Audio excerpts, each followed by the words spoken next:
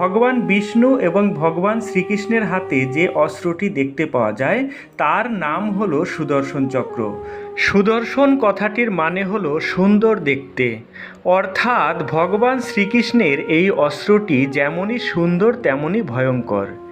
এর প্রধান বিশেষত্ব হলো এটি শুধুমাত্র মনের দ্বারা বা চিন্তা শক্তির দ্বারাই নিয়ন্ত্রণ করা যায়। আর এটি এতটাই অব্যর্থ এবং মহাশক্তিশালী যে এর আঘাতকে প্রতিহত করার ক্ষমতা কারোর নেই। শুধু তাই নয়, এটি শত্রুকে খুঁজে খুঁজে সংহার করে।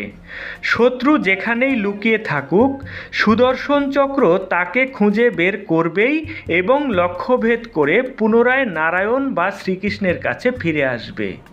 এর আরও একটি বৈশিষ্ট্য হলো এটি শুধুমাত্র লক্ষ্য বস্তুকেই আঘাত করবে, তার পাশের কোনো বস্তুকে স্পর্শও করবে না।